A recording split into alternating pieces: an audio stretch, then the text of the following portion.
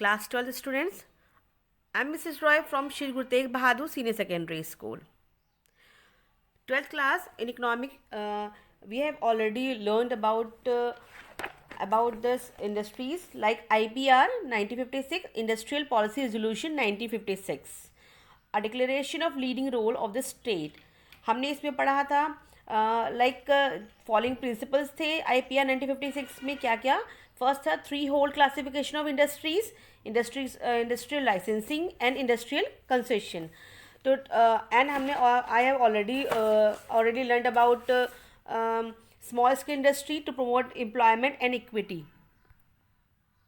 Like small scale industries जिसकी definition क्या आती है. Small scale industries is a presently defined as a unit having fixed investment of less than 10 crore with a turnover of less then ₹50 crore. यानी small scale industries के लिए जो हमारा जो इसको मतलब इसमें जो इन्वेस्टमेंट होती थी वो 5 करोड़ से अधिक का नहीं होता था. सिर्फ 5 करोड़ चाहिए होते थे इंडस्ट्री करने के आपका स्मॉल स्केल इंडस्ट्री को इस्टेब्लिश करने के लिए. And the role of small scale industries achieving the goal of planning was underlined by the village and small scale industries committee 1955. अब इसमें 3 प्रिंसिपल्स करेक्टरिस्टिक्स थे. पहला है the first is that SSI labor incentive and therefore the employment friendly. Small scale industries generally considered to be labor incentive.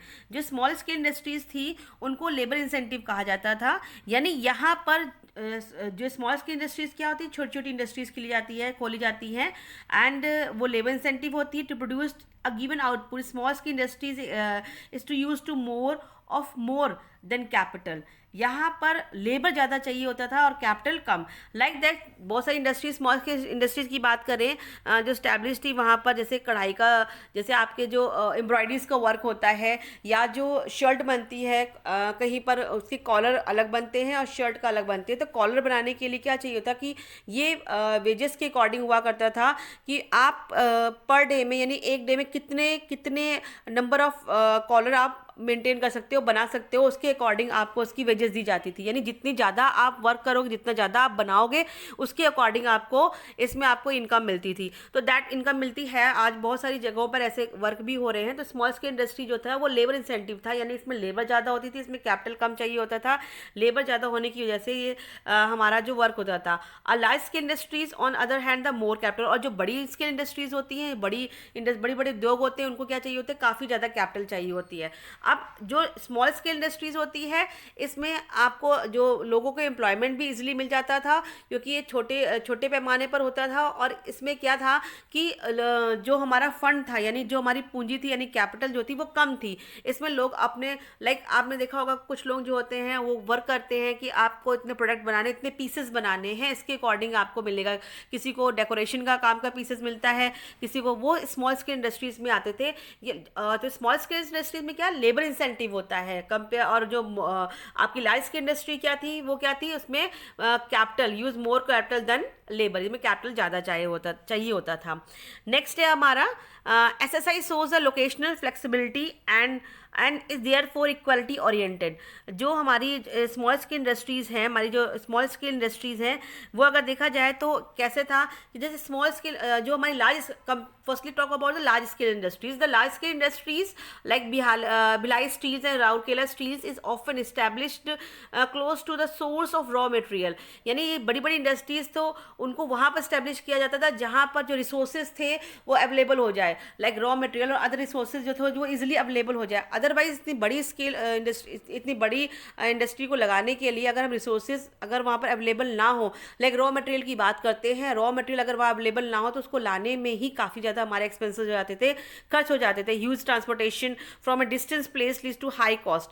तो small scale industries में क्या था, small scale industries other hand show the locational flexibility. It is therefore equity oriented. ये कहीं पर भी क्योंकि इसमें फंड हमें ज़्यादा नहीं लगाना होता था, नॉर्मल जो होते थे, तो उसके लिए हम उसको ये फ्लेक्सिबल थे, हम इसको जहाँ पर चाहे वहाँ पर इसको स्टैब्लिश कर सकते थे. बट लार्ज स्केल इंडस्ट्रीज में हम ऐसा नहीं कर सकते. लार्ज स्केल इंडस्ट्रीज में हमें ऐसी जगह देखनी होती थी जहाँ पर जितने भी रिसोर्सेज हैं वो नियर बाय हो, ताकि हमारी ट्रांसपोर्टेशन है उसमें जो कॉस्ट है वो कम हो सके. नेक्स्ट है हमारा SSI हमारा नेक्स्ट है, SSI need small investment and therefore equity oriented, referring to equality across different sections of the society. यानी अगर हम बात करें तो अगर we talk about that SSI needs much small investment. जो हमारी स्मॉल स्केल इंडस्ट्री थी उनको उनके लिए फंड हमें कम चाहिए होता था, बहुत ही कम। लाइक हमने आपको बताया था 5 करोड़ में हम स्टैब्लिश कर सकते थे, compare to large scale industry. जो बड़ी बड़ी इंडस्ट्रीज है उसमें हमें इन्वेस्टमेंट ज़्यादा चाहिए होता है। According does not need to concentration of economic power, rather it promote equity across different section of the society। जो हमारी स्मॉल स्केल इंडस्ट्रीज में जो होता था वो वो उसमें हमारा इन्वेस्टमेंट कम चाहिए था, लेकिन लार्ज स्केल इंडस्ट्री में हमारा इन्वेस्टमेंट ज़्यादा होता था। यानी अगर देखा जाए तो स्मॉल स्केल इंडस्ट्री जो थी वो क्या करती थी, जो हमारे सोसाइटी के जो अलग अलग जो डिफरेंट एरिया है, सेक्शंस हैं, उनके बीच में जो होता है एक इक्वलिटी यानी एक समानता को कंपेयर करती है। जबकि जो लार्ज स्केल इंडस्ट्री में वो तभी हो सकता है, वो स्टैब्लिश तभी होता है जब आपको फंड ज़्यादा हो आपके पास, यानी आपके पास फंड ज़्यादा हो तभी आप लार्ज स्केल इंडस्ट्रीज को कर सकते थे। तो development of small scale industry require government support as these industries can not compete with the big industrial houses. हमारी जो स्मॉल स्केल इंडस्ट्री के लिए किसको चाहिए था, किसकी हमें सहायता की ज़रूरत थी, हमें गवर्नमेंट की सहायता की ज़रूरत थी, क्योंकि गवर्नमेंट के कारण ही हम बड़ी स्मॉल स्केल इंडस्ट्री का कंपेयर हम बिग इंडस्ट्री से कर सकते थे। Production of a number of goods was reserve for the small scale industries based on the capability of the small scale industries to manufacture those goods. They are also given the benefit of lower excise duty and low interest rate of bank loan. अब small scale industries में अगर government support करती तो small scale industry जो थी वो हमारी काफ़ी अच्छी हो सकती थी। Next point trade strategy of import substitution. Trade strategy of import substitution looked at to complement the effort of industrial development. India adopted the strategy of import substitution during the period 1950 to 1990. It is also called the inward looking strategy. देखिए क्या था इसमें, क्या था, import substitution and protect to the domestic industry through the import restriction and import duties. इस policy के अंदर ये था कि जो गवर्नमेंट थी हमारी वो क्या कर रही थी कि इन्होंने एक पॉलिसी बनाई जिसके थ्रू क्या था, हम अपने जो हमारी डोमेस्टिक इंडस्ट्रीज़ थी उसको प्रोटेक्ट करना था। हम क्या थे, हम बहुत सी चीज़ें जो थे वो बाहर से मंगा रहे थे। बाहर से मंगाने में हमने क्या किया था, अगर हम कोई चीज़ बाहर से अलग अलग देशों से हम कोई चीज़ मंगा रहे हैं तो हम क्या कर रहे थे, पहले तो हम जो फॉरेन एक्सचेंज, जो हमारे पास फॉरेन एक्सचेंज था वो हमारे पास ख़त्म हो रहा था। पहला पॉइंट क्या था, import substitution implies the domestic production of those goods which the economy has been importing from rest of the world. This is a to save the foreign exchange by restricting the volume of the import. ये क्या था कि जो import substitution था, यानी हम जो अपने देश के अंदर उन प्रोडक्शन से है, जो प्रोडक्शन हम जिनका हम इम्पोर्ट जो है फॉर बाहर से रेस्ट ऑफ द वर्ल्ड से कर रहे हैं। देखिए क्या था इसमें, जो करते थे मेन ये था कि अगर हम डोमेस्टिक प्रोडक्शन करेंगे, अगर हम डोमेस्टिक में जो चीज़ हम बाहर से मंगा रहे हैं अगर हम डोमेस्टिक ही उसका प्रोडक्शन करेंगे तो हमारा जो फॉरेन एक्सचेंज है वो बच जाएगा, वो हमारे पास रहेगा। Foreign exchange was utilized for the development import like machinery, plant and machinery which is essential for growth and development but cannot be produced domestically। अब फॉरेन एक्सचेंज हमें इसलिए बचा के रखना था क्योंकि कुछ चीज़ें हैं जो हम बाहर से मंगा रहे थे, लाइक मशीनरी, राइट, बड़े बड़े प्लांट एंड मशीनरी, जो क्योंकि हम अपने देश में प्रोडक्शन क्यों नहीं कर पा रहे थे, क्योंकि उस टाइम पे हमारे पास क्या था, टेक्नोलॉजी की कमी थी और इन्वेस्टमेंट भी नहीं था, फंड भी नहीं था।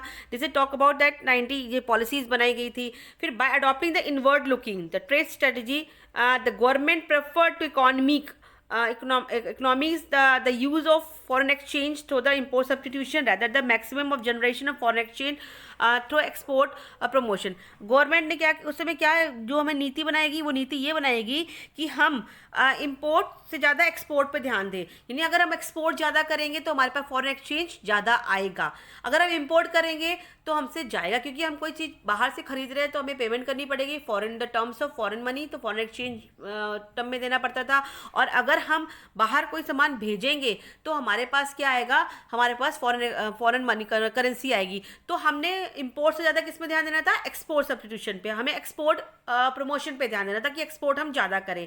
Also the government wanted to protect the domestic industry from the international competition. और गवर्नमेंट जो थी हमारी डोमेस्टिक इंडस्ट्रीज को सेव करना चाहती थी, यानी अगर हम प्रोडक्शन अपनी अपनी अपनी कंट्री में ज़्यादा करते हैं तो हम फॉरेन एक्सचेंज को सेव कर सकते हैं और अपनी डोमेस्टिक इंडस्ट्री को बढ़ावा दे सकते हैं, लोगों को जॉब अपॉर्चुनिटीज मिल सकती हैं। ठीक है, तो इस चीज़ पर ध्यान दिया। नेक्स्ट टॉपिक क्या था, नेक्स्ट है silent feature of growth strategy during the period of 1950 to 1990 and its good और बैड इफेक्ट। तो जो भी हमने जो भी प्रोसेस बनाए थे, जो भी चीज़ें थी हमारे जो इंडस्ट्रीज़ की जो भी चीज़ें थी उसमें कुछ हमारे जो थे वो अच्छे इफेक्ट भी थे, किसी में कुछ अच्छी चीज़ें भी थी और बुरी चीज़ें भी थी। ये थे साइलेंट फीचर्स थे। फर्स्ट क्या था इसमें, like public enterprises were play a central role in the process of industrialisation. सबसे पहले जो हमारे पब्लिक इंटरप्राइजेज था, यानी जो हमारे गवर्नमेंट सेक्टर थे, उनका पहला रोल था, फर्स्ट रोल वही थे, यानी अगर उनके अंडरटेकिंग था। नेक्स्ट था private enterprises were the play a secondary role, यानी अगर जो फर्स्ट जो थे पब्लिक इंटरप्राइजेज प्ले का रोल कर रहे थे, सेकेंडरी रोल प्ले कौन करता, प्राइवेट इंटरप्राइजेज, यानी कि जो ओवरऑल जो होल था वो किसके हाथ में था, गवर्नमेंट के हाथ में था। लाइक अगर जो कुछ चीज़ों के लिए हमें परमिट लाइसेंस राज था उस टाइम पे, तो लाइसेंस लेना पड़ता था। Next point is that process of industrialization focus on import substitution implied the production of such goods was according to high priority। आप बहुत सी चीज़ें थी जो हमारा जो प्रोसेस था जो इंडस्ट्रियलाइजेशन का, वो मेन ये था कि हमने अभी थोड़ी देर पहले बताया कि हमें इम्पोर्टेंस हमारी क्या थी उस समय में, हम एक्सपोर्ट सब प्रमोशन करें, इंपोर्ट की जगह क्या करें, एक्सपोर्ट ज़्यादा करें। तो इससे कुछ गुड इफेक्ट थे, कुछ हमारे जो बैड इफेक्ट थे। अब गुड इफेक्ट क्या थे वो देखिए। The strategy of growth during the period of 1950 to 1990 yielded the following good effect. First is economic growth got a big push. The proportion of industrial sector in a GDP increased for 13% to 1950 to 51 to 24.6% in 1990 and 91। अब उस क्या था, इसके good effect क्या थी, देखा जाए तो काफ़ी बुक पुशेस हुआ कि जो हमने पॉलिसीज़ बनाई थी, जो भी चीज़ हमने बनाई थी, उससे क्या हुआ, हमारा इंडस्ट्रियल सेक्टर में थोड़ा सा इंप्रूवमेंट हुई। 1950 टू 90 की अगर हम देखें, उस टाइम पे जो हमारा जो भी परसेंटेज थी वो हमारी इंक्रीज़ होगी, जीडीपी इंक्रीज़ होगी। 1950 पहले 13% थी, उसके बाद 1950 टू 51 में 24.6%, इन 1991 में 24.6%, यानी 50 टू 51 में 13% थी और 90 टू 91 में कितनी होगी, 24.6%। दैट मीन्स इंक्रीज, ये हमारी क्या हुई, इंक्रीज हुआ। Industrial output recorded a significant right, जो आउटपुट था वो भी बढ़ा। There was about 6% annual increase the output during the period of 1950 to 1990। यानी गुड इफेक्ट ये था कि जो हमने पॉलिसीज बनाई थी, जो भी हमने चीज़ें बनाई थी, जो भी हमने स्ट्रेटेजी बनाई थी, वो थोड़ा वर्क करने लग गई थी, हमारी इकोनॉमिक ग्रोथ में थोड़ा सा बढ़ा हुआ, थोड़ा सा प्रोग्रेस देखी गई। नेक्स्ट पॉइंट क्या था, there was a market into industrial sector. अगर देखा जाए तो हमारा जो इंडस्ट्रियल सेक्टर का था उसमें चेंजेस हुए। एक तरीके से इलेक्ट्रॉनिक्स का भी, हमारी इलेक्ट्रॉनिक्स में भी हमने कदम रखा। उसमें क्या था, the sunrise industries electronic in a particular market in emerge in a domestic economy. Domestic economy में ये भी है, यानी हमने सनराइज इलेक्ट्रॉनिक जो थी उसमें कदम रखा, दैट में हमने डोमेस्टिक मार्केट में अपना प्रोडक्शन करना स्टार्ट किया। Growth of large scale industry like Rourkela Bhilai steel plant project of infrastructure shift in the Indian economy. The Indian economy showed an ability to absorb the impact of the large scale industrialization। यानी कि जो अगर बहुत large scale, जिसमें हमने आपको बताया था काफ़ी फंड की ज़रूरत पड़ती है, लाइक भिलाई और राउरकेला में हुई थी। ये एक ऐसे था कि हम ये कर सकते हैं कि हम बड़े बड़े लार्ज स्केल इंडस्ट्री को का प्रोडक्शन कर सकते हैं। ध्यान रखिएगा, हम जिस चीज़ की बात कर रहे हैं वो 1950 टू 1990 के बिटवीन की बात कर रहे हैं। Growth of small scale industry made a sustained contribution of in achieving the objective of growth of social justice। जो हमने स्मॉल स्केल इंडस्ट्रीज जो डेवलप करी, उससे क्या हुआ, जो हमारे सोशल जस्टिस लोगों के विकास में, अगर हम थोड़ा छोटे छोटे पैमाने पे हमने जो स्मॉल स्केल इंडस्ट्रीज करी थी, उससे जो सामाजिक जो सोशल हमारा जो जस्टिस था वो हुआ, मतलब विकास उद्देश्य की प्राप्ति में छोटे पैमाने के उद्योग ने काफ़ी सहयोग किया। तो अगर हम ये बात करें तो पूरा ओवरऑल पढ़ें तो क्या था, जो हमारा growth process of during this period 1950 to 91 showed up noticeable structure shift in the economy. अगर देखा जाए तो इस टाइम पे 1950 टू 1990 के बीच में जो हमारा ग्रोथ था वो हमारा थोड़ा डेवलप, यू नो दैट कि हमारा जो हमने जो प्रीवियस चैप्टर में हमने सीखा था क्या था कि हमारी जो इकॉनमी थी स्टैग्नेंट इकॉनमी थी, बिल्कुल रुकी इकॉनमी थी, कुछ भी नहीं था, एग्रीकल्चर पर डिपेंड थे और एग्रीकल्चर जो डिपेंड था रेन पर डिपेंड था। धीरे धीरे हमारी पॉलिसी चेंज होते गई, हमने पॉलिसीज़ अलग अलग बनाई, स्ट्रेटेजी बनाई, हमने प्लानिंग बनाया, तो प्लानिंग के थ्रू हमने देखा कि हमारा कुछ चीज़ों में जो प्रोग्रेस स्टार्ट हुई और धीरे धीरे हमारी प्रोग्रेस क्या होती स्टार्ट हुई। उसके बाद क्या था, हमने significance of agriculture sector in terms of relative contribution GDP start decline in favor of the industrial sector. Goal of 5-year plan, growth of modernization, equity and self reliance started showing the green shoot. अगर जो हमने 5-year plan बनाए थे, जो हमने पढ़ा था, जो हमने 5-year plan बनाए थे डेवलपमेंट के लिए, एम्प्लॉयमेंट के लिए, वो थे, उसमें क्या हुआ, वो धीरे धीरे इंप्रूवमेंट होने लगा, यानी कि जो हमारे प्लान थे वो धीरे धीरे सक्सेस होने लगे। बैड इफेक्ट, अब टॉक अबाउट द, अब किसी चीज़ के जो भी स्ट्रेटजी बनाई है उसके अच्छे प्रभाव भी थे तो बुरे प्रभाव भी थे। तो बैड इफेक्ट क्या क्या था, bad effect were significant as good effect, like that in due to course of time the planner realized excessive dominance of the public sector covering the production of certain consumer goods.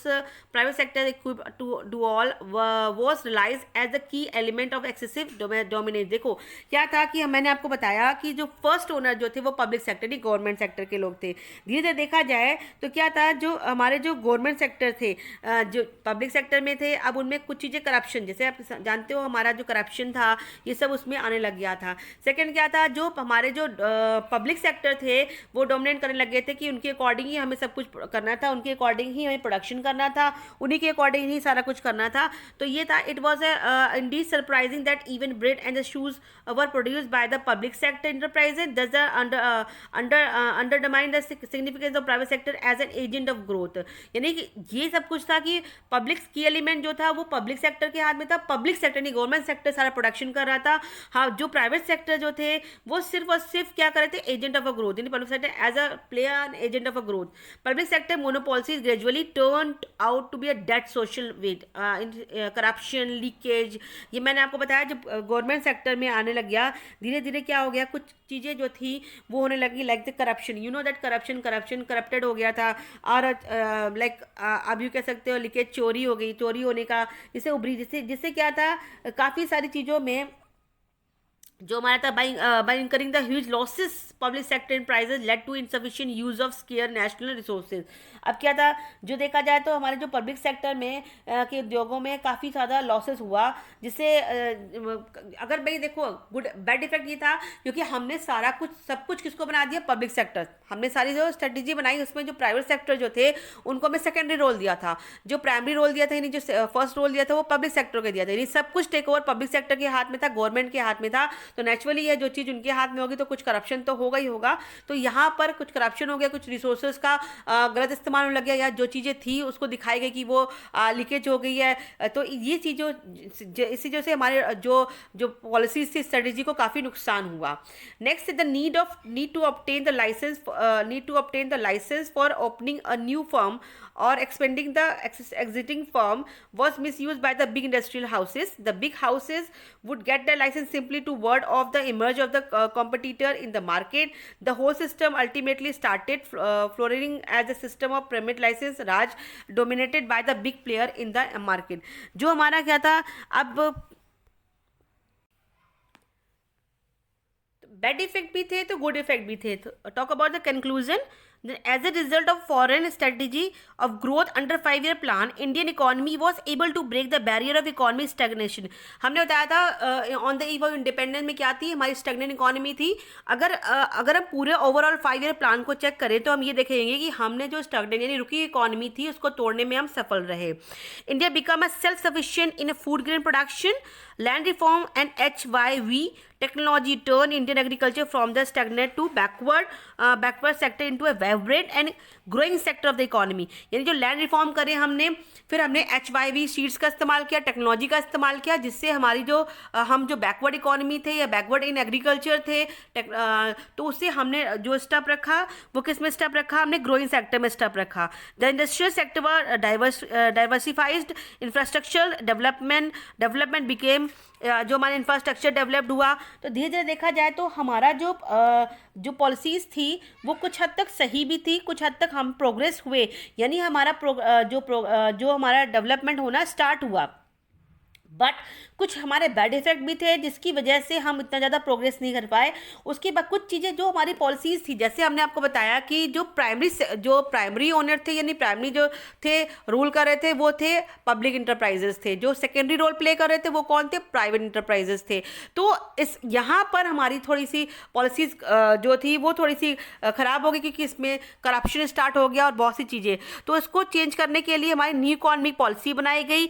New economic policies में बहुत से changes आए, जिसमें हमने जो licence राज जो था उसको ख़त्म किया, और अलग अलग चीज़ जो हमारे इंटरनेशनल ट्रेड सिस्टम था उसमें चेंजेस करे, जिसकी वजह से हमारा और इम्प्रूवमेंट स्टार्ट हुआ।